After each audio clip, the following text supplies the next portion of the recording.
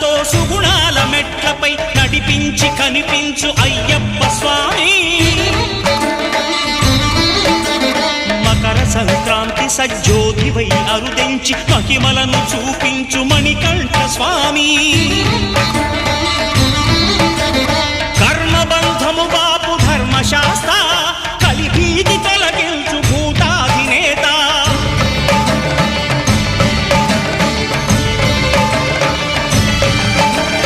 అయ్యప్ప దేవాయ నమః, అభయ స్వరూపాయ నమః.